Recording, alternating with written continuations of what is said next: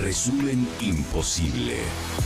Mati Columbati te ordena las noticias en un país imposible de resumir. Maldita suerte, una mirada crítica de una realidad absurda.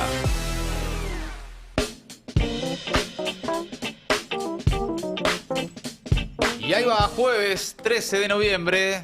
A ver, amigos y amigas, ¿qué está pasando en la Argentina y en el mundo? Mientras dejan un like y un comentario, arrancamos a resumir, porque ya de entrada nomás hoy el Fondo Monetario Internacional apura a Milei para que acumule reservas y pone en duda que se cumpla la meta. Nota de Javier Sluky en El Destape hace instantes, y pese a ratificar su apoyo general al gobierno de Milei, luego del triunfo electoral, el Fondo Monetario Internacional le reclamó, otra vez, que el régimen cambiario permita acumular reservas y evitó confirmar si van a lograr o no cumplir con esa meta, en particular en la revisión, en la próxima revisión, que es en enero. Claro, al principio del año que viene. Principio del año que viene, ya cuando quería acordar ya estamos ahí de vuelta, ¿no? Sí. Bueno, de acá a diciembre, que tiene que juntar supuestamente 9.000. Y no parece, ¿no? No parece. 9.000 de acá. De acá, no sé de dónde la van a sacar. ¿En 40 días?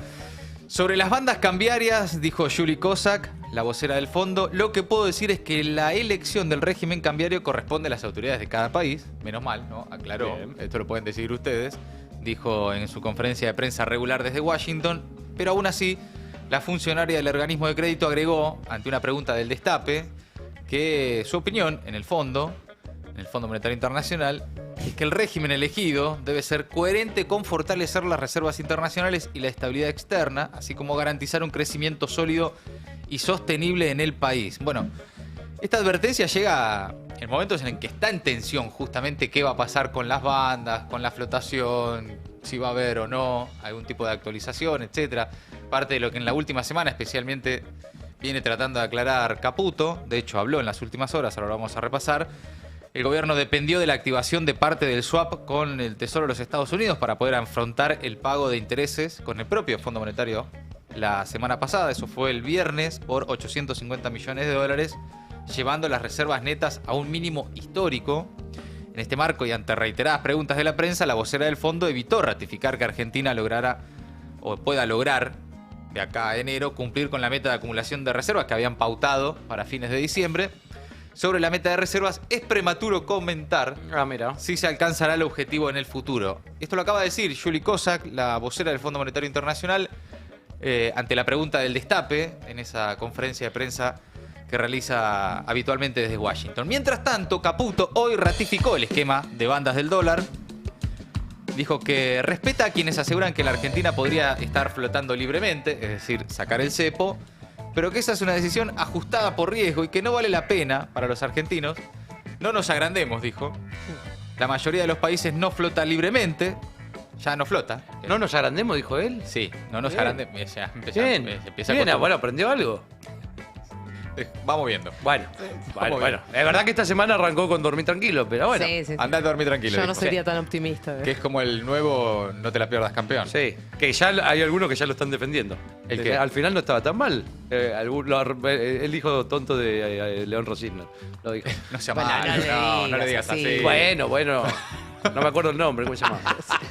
Alejandro, eso, perdón, por decirte el hijo tonto de León. Claro. Dijo que la mayoría de los países no flota libremente. Esto muy a contramano del flota que gritaban, ¿se acuerdan? Se acuerdan. Bueno, también desestimó las metas de reservas con el Fondo Monetario y dijo que los vencimientos se resolverán de manera financiera. Entiéndase, con más deuda. Sí. El famoso rolear la deuda, que es seguir pateando para adelante y refinanciando, bonos, pimba, pum. Esa es la expectativa que le pone a los vencimientos que hay en enero. Sí. No, sí, medio que admití ahí que en esa declaración dice, está bien, pero eso de acumular 9.000 millones era para otra Argentina. Esta Argentina, que es espectacular, no necesita acumular tanto, porque eso lo refinancio. Pero no es la misma Argentina de siempre. Ah, está bárbaro. Bueno, a ver qué dijo Caputo este mediodía. A ver, lo escuchamos. Respeto que haya gente que piense que Argentina podría estar flotando libremente e incluso podría, hasta dar resultado, pero nosotros creemos que desde el punto de vista de riesgo, de esa decisión ajustada por riesgo, realmente no vale la pena para los argentinos.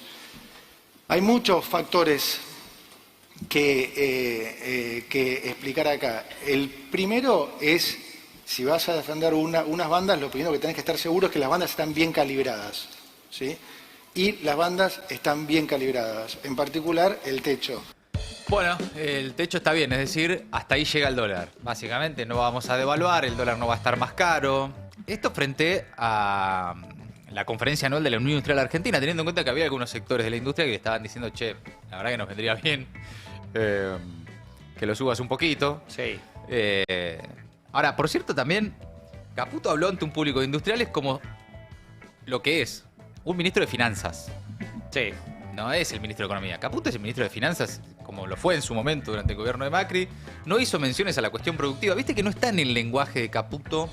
No le sale, pero ni sin querer, ¿viste? Que se le escape la palabra pyme, producción, desarrollo. Desarrollo nacional. Es como que son palabras que están fuera del vocabulario. No habla de eso. No, pero además no le interesa. Es lo que es. Sí. Él es eso, es un financista.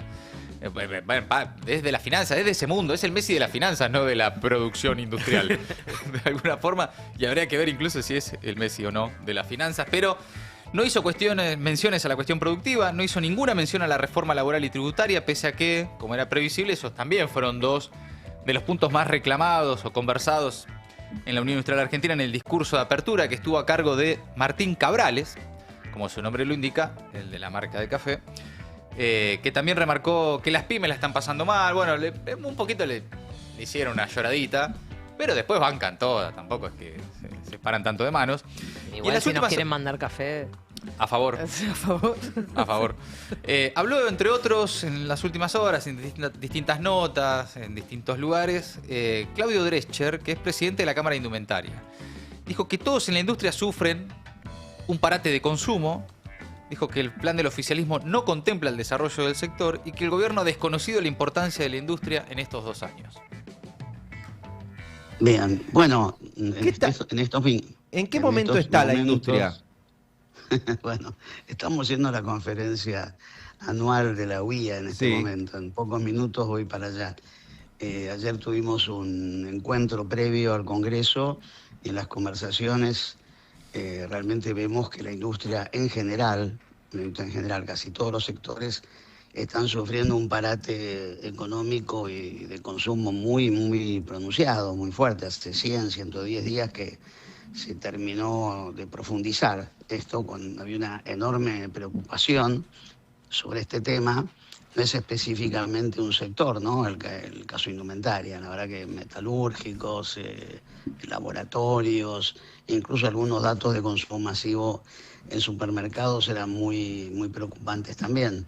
En esta conferencia van a venir algunos miembros y funcionarios del gobierno que, bueno, van a escuchar un poco esta situación y creemos que el gobierno ha desconocido la importancia de la industria en estos 2 años de gobierno, cosa que nos preocupa enormemente realmente. Creo lo que sentimos un poco es que el plan del gobierno, sentimos y vemos, el plan del gobierno no contempla para nada el desarrollo industrial, ¿no?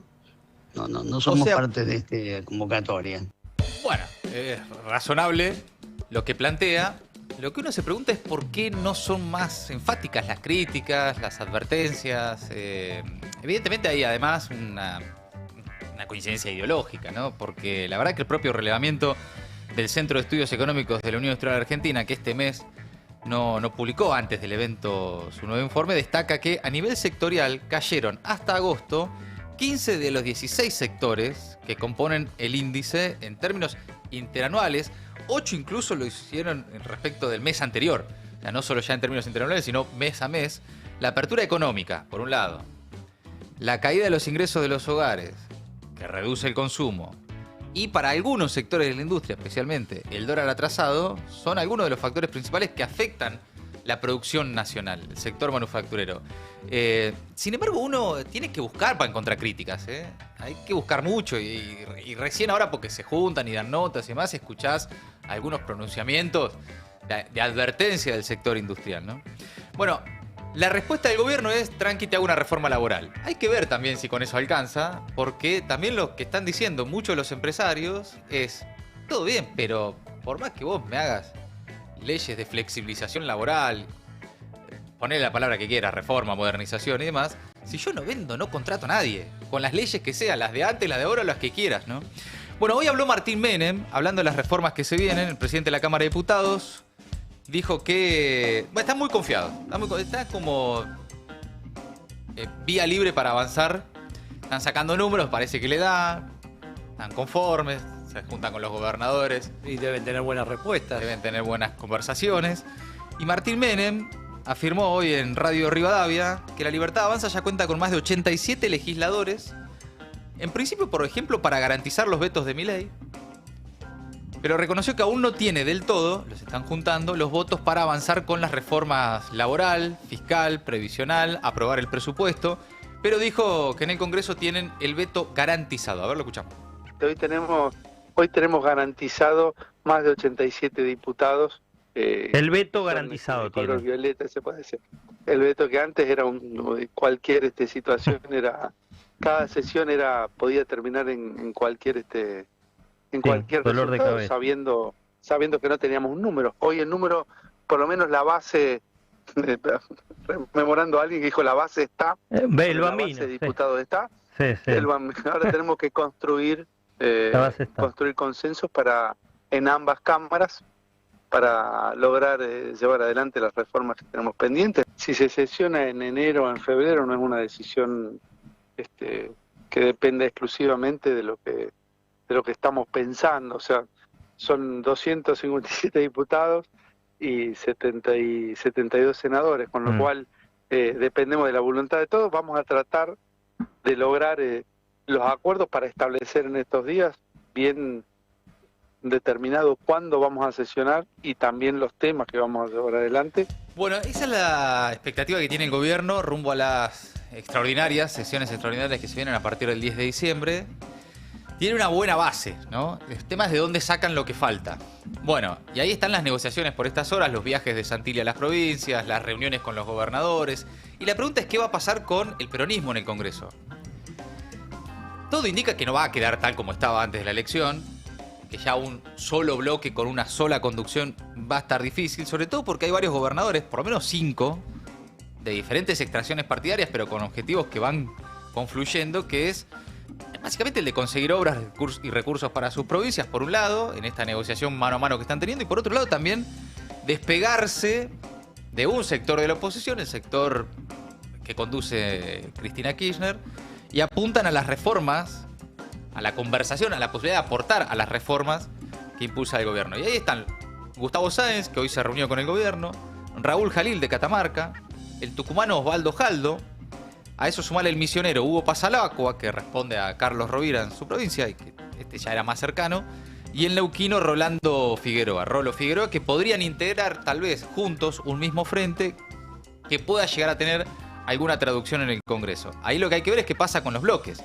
Hay algunos bloques, no sé, los diputados de Tucumán, que ya eran un bloque aparte, ¿no? Tenían el bloque Independencia, que estaba corrido, Unión por la Patria.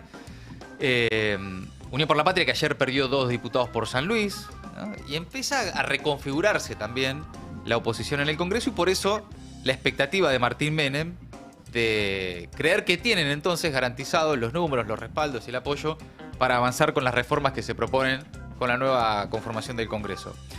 Frente a la reforma laboral, la CGT avisó que va a rechazar de plano cualquier reforma laboral. En las últimas horas habló uno de los nuevos secretarios generales de la CGT, Cristian Jerónimo, uno de los nuevos 3 secretarios generales de la Central Sindical. Dijo que la CGT va a rechazar de plano cualquier reforma laboral. También reclamó por un diálogo tripartito con el gobierno. El gremialista que integra el triunvirato de la CGT, junto a Jorge Sola, también uno de los nuevos, y Octavio Argüello, que ya estaba, reconoció que no hay propuesta oficial sobre la reforma laboral, más que lo que se viene conversando y lo que ha trascendido, pero que si bien hasta ahora son todos trascendidos, se trata de afirmaciones que salen de un gobierno que no parece ir en dirección de avanzar una reforma laboral para garantizarle más derechos a los trabajadores, sobre todo cuando ves que y perdón por el prejuicio, pero la está escribiendo Federico Sturzenegger y Julio Cordero. Uno puede suponer mínimamente, antes de conocer el texto, que no es que se están tirando de cabeza para darle una mano a los trabajadores en la Argentina. No, podemos prejuzgar. Sobre todo si recordamos que Cordero fue aquel que se sentó ahí en una comisión en el Congreso diciendo qué quieren hacer con su tiempo libre, ¿no? ¿Para qué quieren tiempo libre? ¿Para qué? Buena pregunta. Vayan a trabajar, manga de vagos. Julio Cordero que decía, mientras más tiempo pasás en el trabajo, mejor te llevas con tus compañeros. Sí, claro, él apuntaba te sirve para socializar. Socializar. Yo me llevo bárbaro con todos mis compañeros de trabajo, pero también quiero estar con mi familia, señor Julio Cordero. No necesitas salir del trabajo, ¿no qué? ¿No nos querés a nosotros? ¿No nos querés a los compañeros? Sí, pero también quiero mi familia, quiero ver a mis hijos. Vivís acá ahora. ¿Para qué quieren trabajar menos? ¿Para hacer qué? Bueno, yo siempre cuento lo mismo, pero Julio Cordero, ex Techín y Unión Industrial Argentina, era el que en las reuniones tripartitas, por ejemplo, del Consejo del Salario, que se reúne el Estado, los empresarios y los sindicatos, Julio Cordero, hasta convertirse en secretario de Trabajo de este gobierno, era el que a esas reuniones iba en representación de los empresarios. Claro, asume Milei, lo nombran secretario de Trabajo, pasa a ser, a cambiar, en la misma mesa cambia de silla, se sienta en lugar del Estado. Entonces uno puede tener, qué sé yo, el prejuicio y suponer que no es una modernización laboral que va a avanzar en conquistar nuevos derechos para los trabajadores. Bueno, la verdad, cuando ves que el que habla públicamente, que está participando de la redacción, es uno de los asesores de Rappi, cuando ves que Sturzenegger, que hace pila de años, que es un poco el funcionario del Fondo Monetario Internacional también en el gobierno, está avanzando, si fuera por Sturzenegger, con la eliminación de la faz de la tierra de los sindicatos. Cuando ves que está Julio Cordero, uno puede tener la presunción de que hay intereses más bien corporativos detrás de esa reforma. Es un cazador hablando de bienestar animal, ¿no? Es como... Sí, claro. Ahora, también eso... A ver, vamos a escuchar primero a lo que dijo hoy Jerónimo de la CGT sobre que van a rechazar de plano la reforma laboral. A ver. ¿Cuál va a ser la actitud de la CGT, no? Esta nueva conducción, ¿cuál, digamos, va a intentar sentarse con el gobierno a discutir esta reforma? ¿Ustedes creen que hay lugar para hacerlo? Y la verdad que el gobierno tiene una responsabilidad institucional que tendría que convocar a un ámbito de diálogo tripartito. Hasta ahora no ha existido ni ha existido la convocatoria. Nosotros, como te decía recién, por ahora son trascendidos, que dejó de trascender el gobierno, no tenemos nada concreto. Si en el caso de que fuese así, nosotros lo vamos a rechazar de plano, porque no vamos a permitir que se avasallen los derechos adquiridos.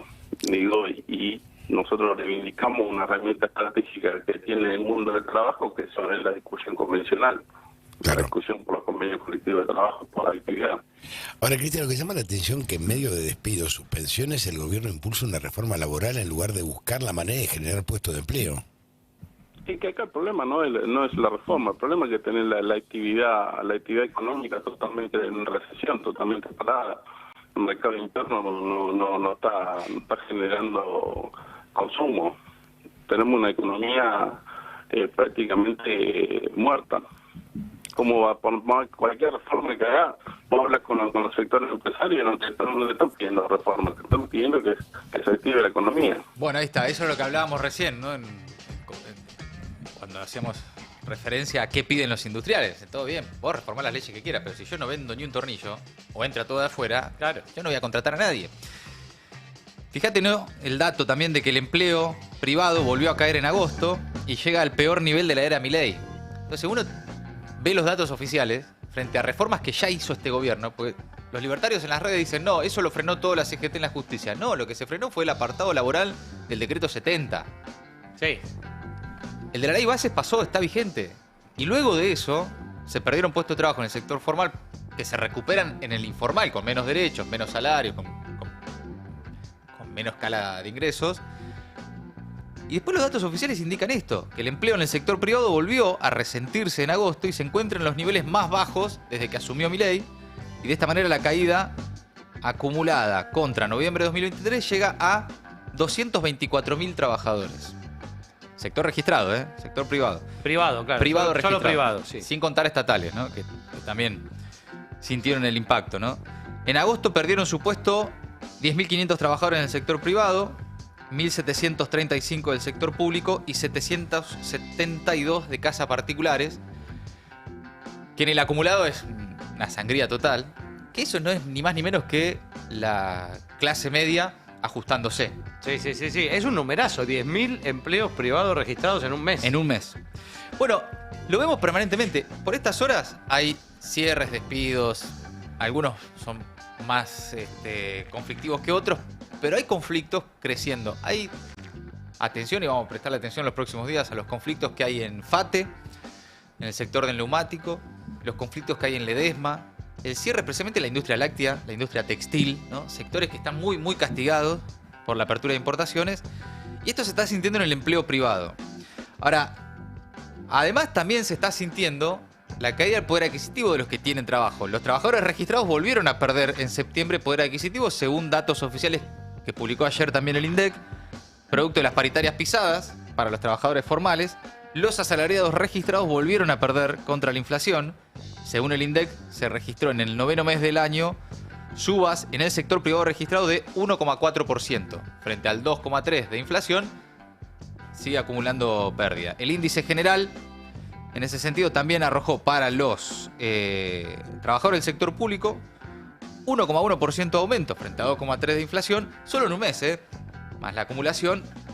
El índice general, de alguna forma, lo que observa en el último tiempo es producto también de que hay paritarias a la baja, pisadas, y ahí no es solo responsabilidad del gobierno, que los trabajadores en el sector formal, privado, registrado, no solo se están perdiendo puestos de trabajo, sino que los que mantienen su puesto de trabajo están perdiendo frente a la inflación. Bueno, parece ser que ese es el estado de situación que quiere consolidar el gobierno con la reforma laboral. Que esa sea la Argentina, la nueva Argentina laboral, y no avanzar en reforma laboral en favor de los trabajadores, modernizaciones, actualizaciones de convenios, pensar en qué hacer con los que no tienen derechos para que los tengan. Insisto con eso, más allá de que todavía no está el texto, uno puede suponer que si la reforma laboral la están escribiendo los que eran abogados de la Unión Industrial Argentina, de Techint, de Rappi, Sturzenegger y demás, bueno, uno puede suponer que hay más bien intereses corporativos detrás de eso. La pregunta es qué va a hacer el peronismo ante eso. Ahí había una buena nota de Gabriela Pepe en letra P, porque también el peronismo se prepara para ir a dar esta discusión al Congreso sin tener como única respuesta me opongo y no quiero una reforma laboral. ¿Alcanza? Bueno, hasta ahí. Hay también, evidentemente, la necesidad de ofrecer también alternativas. Ofrecer, sí, claro. qué sé yo, para los trabajadores que ya no tienen derechos, si vos te ofreces como, no sé, garante de los derechos de los que sí lo tienen y dejás a una parte afuera. Es posible que muchos te miren como diciendo, ¿y yo qué? ¿Qué derechos? ¿No? Sí. Entonces, la defensa de un statu quo que ya está mal, por supuesto que para que eso cambie, insistimos con lo anterior, para que haya más puestos de trabajo en el sector formal, registrado, con derechos, con las mismas leyes, durante muchos años se creaban puestos de trabajo porque tiene que ver con un esquema económico de inclusión, no de destrucción del aparato productivo, sí, importaciones y demás. Sí, perdón. No, que tampoco es, obviamente que no es solución sacarle los derechos a los que sí lo tienen, pero no se puede ocultar y dejar de entender que los que no tienen esos derechos lo vean como un privilegio. No sé, un ejemplo estúpido. Digo, estás en una sala de espera y son 6 personas, le ofrecen café a 3 y a vos no te ofrecen. Y te vas a decir, che, ¿qué pasó que a mí no me dan? Bueno, por eso hay, por estas horas, negociaciones, reuniones, charlas entre los diputados y senadores del peronismo para ver cómo se presentan frente a ese debate sin únicamente decir voto en contra y punto. Claro. ¿No? Entonces ahí también hay unos proyectos de reforma que todavía no fueron enviados, además, pero en el peronismo hay una certeza de que van a tener un contenido regresivo para los trabajadores, aunque el texto definitivo todavía no se conoce. Por lo pronto, la semana pasada, el bloque de diputados que conduce Germán Martínez acordó que trabajará en un texto propio, pero que tendrá como base lo que envíe el oficialismo, y que algún punto de acuerdo puede haber. Tanto en la Cámara Baja como en el Senado hay legisladores del peronismo que tienen decenas de proyectos presentados en materia laboral que irían a priori a contramano de lo que podría proponer el gobierno. Es de esperar que haya varios choques frente a esa discusión, pero ahí vas a tener en la Cámara de Diputados a Sergio Palazzo, a Huguito Moyano, que en diciembre asume su banca, también de perfil duro. Vanessa Siley, que además de oponerse tienen propuestas para una reforma laboral en favor de algunos sectores que hoy no tienen derechos. El tema es si te dan los números para incluir ese tipo de reformas en la reforma que manda el Congreso, o si va a ser a libro cerrado, el gobierno manda su reforma, la que escribió con los abogados de las patronales, y se terminó y no hay discusión. Independientemente de eso, que por supuesto es lo más importante, a mí me parece que también abrir el juego, el debate, y que quien quiera escuchar, hablo de la gente común, ¿no? Sí. La gente de a pie, pueda ver que existen otras propuestas alternativas a lo que pretende el gobierno, a mí eso me parece ganancia. Claro. O sea, eso es interesante. Digo, que no solamente sea lo que decías vos, bueno, no me gusta, esto es regresivo. Bueno, ¿qué propones vos a cambio? Independientemente de que no se tenga el número, por lo menos que se empiece a debatir también en la calle, que esto es en detrimento de los trabajadores. Sí, y que tenés ideas esto, ¿no? Es eso. Que tenés ideas también en favor de los que hoy no tienen derecho. Por ejemplo, Hugo Yasky, que además es secretario general de la CTA, diputado nacional, presentó un proyecto que propone eliminar los topes indemnizatorios y fijar un piso mínimo equivalente a 2 sueldos para los despidos sin causa. Bueno, es una idea. Posiblemente al gobierno no le guste, pero es una idea. Mariano Recalde también, que es especialista en derecho laboral, es autor de proyectos sobre, por ejemplo, la participación de los trabajadores en las ganancias de las empresas, reducción de la jornada laboral, aprobación de las 40 horas semanales, ampliación del régimen de licencias. Bueno, eso también es una reforma laboral que posiblemente no le guste al gobierno, pero que uno la puede plantear, ¿no?, en el Congreso. Y después hay que ver qué pasa con los diputados que responden a Sergio Massa, qué pasa con el otro sector. Por ejemplo, estuve conversando en las últimas horas con lo que tiene que ver con el mundo Juan Grabois, ¿no? Sí. Juan Grabois también va a ser diputado nacional. Tienen proyectos y van a insistir con proyectos que apuntan a formalizar los derechos de los trabajadores de la economía popular, que son un montón hoy en la Argentina, y que justamente mañana van a protestar porque 9 de cada 10 trabajadores de la economía popular gana menos de 3 salarios mínimos. Casi la totalidad, ¿no? 9 de cada 10, el 90%. Hay una nota de Eugenia Rodríguez en el Destape que cuenta ahí que el ajuste y la desregulación empujaron a más argentinos a generar su propio sustento, que en 2 años creció 55% la población con ingresos por debajo de 3 salarios mínimos en el sector informal, que la precariedad crece como saldo del experimento libertario, y que además a los que son expulsados del mercado laboral formal y de repente se las tienen que salir a rebuscar, ni siquiera les permiten, por ejemplo, salir a vender a la calle. Tenemos varias denuncias y hemos visto algunos videos circulan en las redes sociales, pero incluso mucho peor lo que sucede, de trabajadores de la economía popular que salen a vender, no sé, a los trenes, a las estaciones, en la calle, y que les decomisan la mercadería, los expulsan, los persiguen. Entonces, ni siquiera esa opción le queda a un sector de los trabajadores en la Argentina de Milei, ¿no? Sí, porque aparte una cosa, digo, me parece mal en todos los casos, o sea, también lo que hicieron con los manteros, qué sé yo, pero ponele que los que venden, no sé, ropa de marca falsificada tengan pero hay cantidad de vendedores de palta que encima la mayoría la sacan de árboles. Claro. Bueno, pero por eso, ¿ves? Si ni eso le permitís al que la está peleando, ¿cómo podés suponer que entonces es de esperar que tu reforma laboral sea en favor de los trabajadores? Si ni eso permitís, ni que vendan alfajores en la calle. O café. Porque ya lo hemos visto al cafetero que le tiraron el café en la zanja. Por eso, la respuesta del oficialismo es insistir con una nueva reforma laboral que en la práctica además ya demostró que la mayor desprotección del trabajador, presentada como un beneficio o una modernización y demás, deriva en una profundización de problemas que ya son, por supuesto, estructurales, que vienen de arrastre, que no son nuevos, y que lo hecho hasta ahora, lejos de crear empleo en buenas condiciones, apuntó a consolidar los cambios regresivos, una especie de legalizar condiciones precarias, ¿no? Hacer estructural y formal la precariedad del mundo del trabajo. Bueno, atención, mañana hay una movilización de la UTEP, una marcha de la Unión de Trabajadores de la Economía Popular a las 10 de la mañana frente a la Secretaría de Trabajo para exigir reconocimiento y frenar la persecución y los decomisos. Dicen que el trabajo en la calle no es delito. Soy vendedora ambulante y este gobierno me decomisa por vender en la vía pública. Nos vienen estigmatizando, persiguiendo, golpeando, discriminando. Muchas veces también sufrimos abuso de autoridades. Estamos atravesando una situación muy difícil económicamente, como todo el público conocimiento, en cuanto a la alimentación para nuestras familias, nuestros hijos. Sumado a esto, recibimos la persecución de la policía y no nos dejan trabajar. A los vendedores ambulantes se les decomisa la mercadería, a los cuidacoches nos corren de las calles y a los artistas callejeros también los levantan, los corren de los semáforos. Este 14 de noviembre salimos a la calle en la Jornada Nacional de Lucha por nuestros derechos y por el reconocimiento de todos y todas los trabajadores de espacio público. El día viernes a las 10 horas en el Ministerio de Trabajo.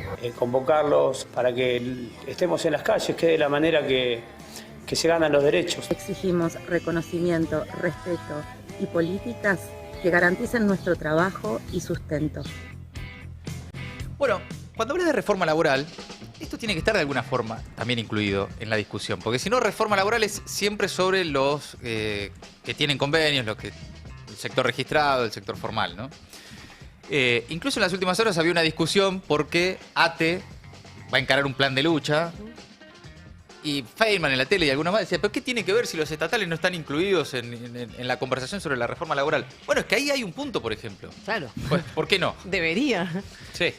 Sobre todo cuando entendemos por lo que vos venís contando que fue el sector, digamos, de los registrados más perjudicados, pero a niveles ya sí, claro, desquiciantes para los trabajadores y las trabajadoras. Pero, además, objetivo político del gobierno que así sea, digamos, sí, no, claro. No es algo que se dio natural porque sí. No. Apuntaban a eso. Exacto. A achicar el Estado con reducciones de sueldo o directamente echando gente. Bueno, terminar de entender de qué está hecho hoy el mercado laboral en la Argentina es para mí una cuenta pendiente para un sector del sistema político, que hay una parte de los trabajadores que no la conocen, que no sabe de que existe o que ni se les ocurre legislar de alguna forma para garantizarles derechos. En la economía popular hay por lo menos 4 millones de trabajadores, que tienen que ver con la venta ambulante, pero también los cartoneros, con las textiles, con la agricultura familiar, un montón de gente que labura en ese sector que hoy no tiene derechos. Por eso la otra vez también nosotros hablábamos con la gente del MT que hablaban de eso, de que además cada uno de estos sectores de la economía popular debería tener, digamos, ahí no se puede homogeneizar. No es lo mismo un reciclador urbano que un trabajador de la agricultura familiar, que un trabajador textil. Entonces, digamos, hay que pensar y repensar, digamos, políticas para cada uno de estos sectores que forman parte de la economía popular. De todas formas, vos fijate, ¿no? Lo que van a reclamar mañana, que los dejen trabajar en la calle. Sí, estamos en, la vara está muy baja. En el piso total. O sea, parar con la persecución y los decomisos de la producción que venden en la calle, ¿no? Bueno, avanzamos. Novedades judiciales. En la causa Cuadernos, viste que es como un tema que los tienen muy obsesionados. Oh, ¿cómo están con ellos? En los medios, en la tele, prendés y no importa el canal que pongas, a la hora que pongas, están con que quiere que la causa Cuadernos avance rápidamente. Sí, se volvieron a poner de acuerdo. Todos los que estaban peleados, Johnny Viale, Feynman, que estaban todos en otras veredas, ahora están de vuelta todos juntitos. Sí, es interesante eso, ¿no? Sí. Cómo de manera independiente llegan a las mismas conclusiones. Sí. Sí. Bueno, la segunda audiencia inició este jueves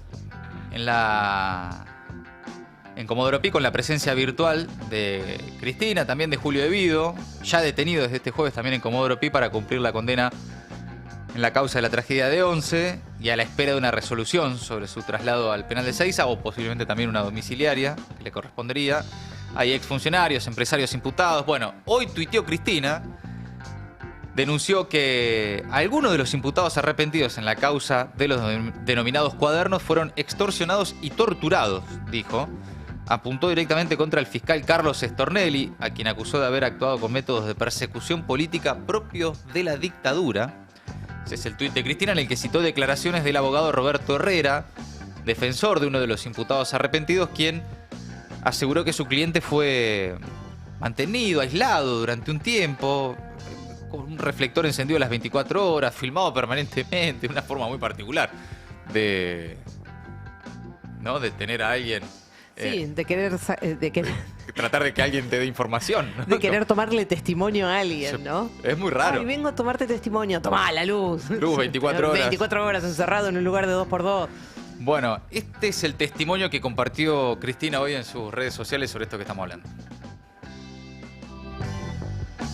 No la pasó bien cuando Manzanares declara como arrepentido y estábamos bajo otro gobierno que era el de Macri. ¿Qué quiere decir con eso? A ver. Y cuando él declara como arrepentido, él estuvo en un lugar de detención que es Cavia, donde estuvo casi aproximadamente, no sé si estuvo 28 o 30 días, en un lugar donde estaba aislado de todo el mundo con un reflector las 24 horas, como estos reflectores. Claro, claro.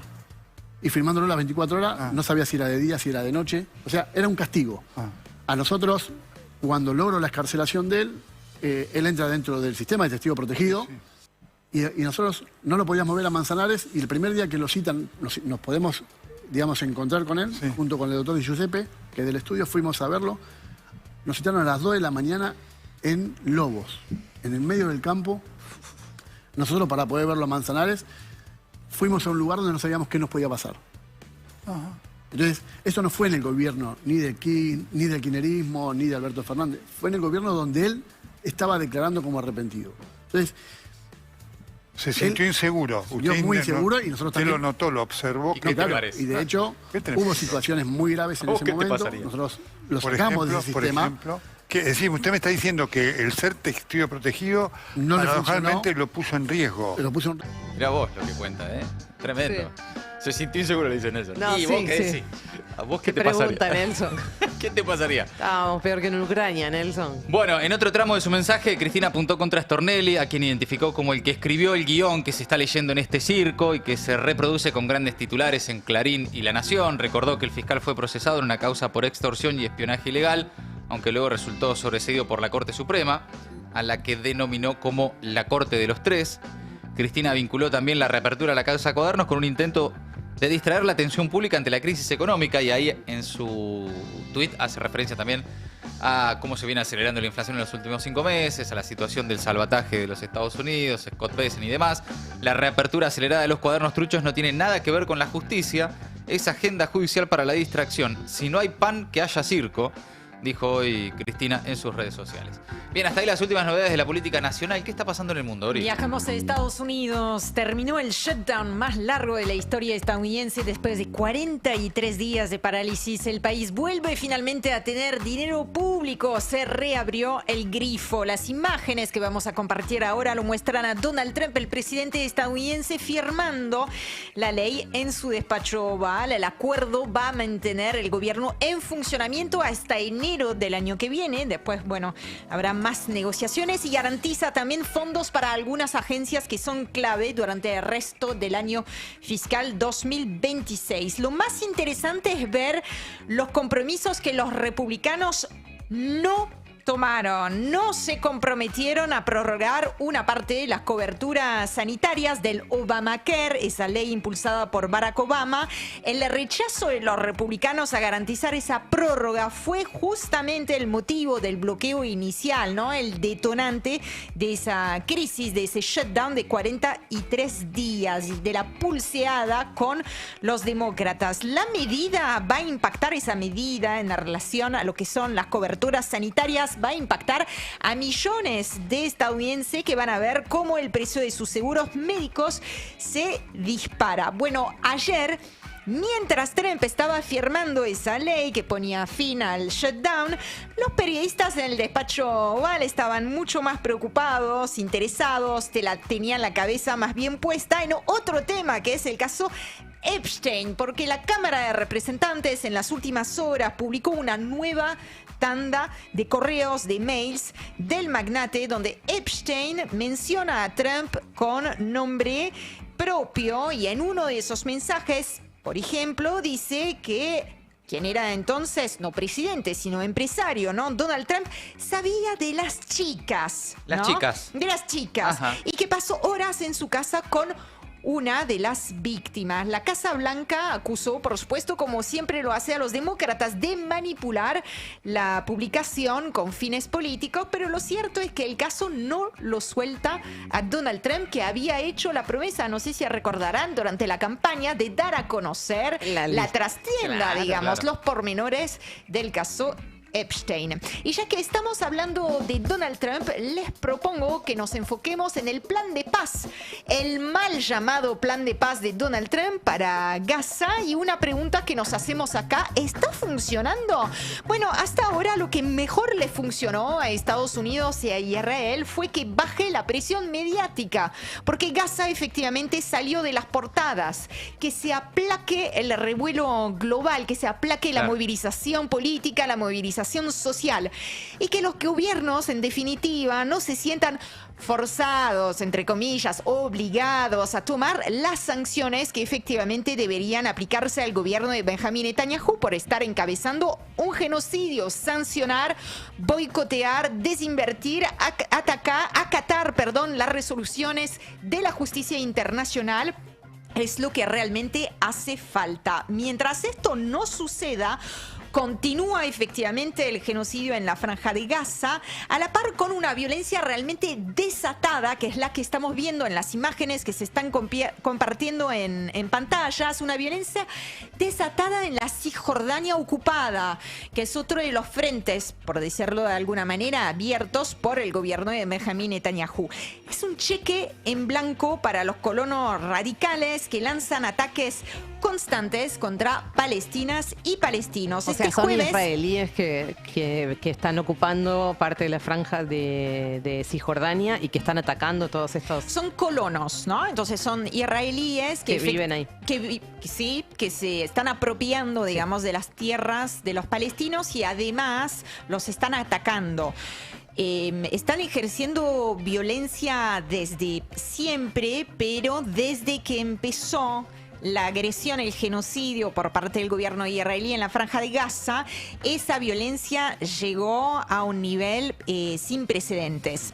Entonces, este jueves, por ejemplo, incendiaron una mezquita en la provincia de Nablus. Se trata de la mezquita Aya Hamida, donde además dejaron pintadas con mensajes racistas, ¿no?, en las paredes. Ese ataque del que les estoy hablando ahora llega apenas un día después de otro episodio similar, cuando el miércoles un grupo de colonos lanzó una especie de una suerte ofensiva a gran escala contra instalaciones industriales y agrícolas cerca de Beit Lid, en el norte de Cisjordania. Provocaron incendios, varios palestinos resultaron heridos. Según la Oficina de Coordinación de Asuntos Humanitarios de la ONU, en la última semana se registraron al menos 29 ataques de colonos.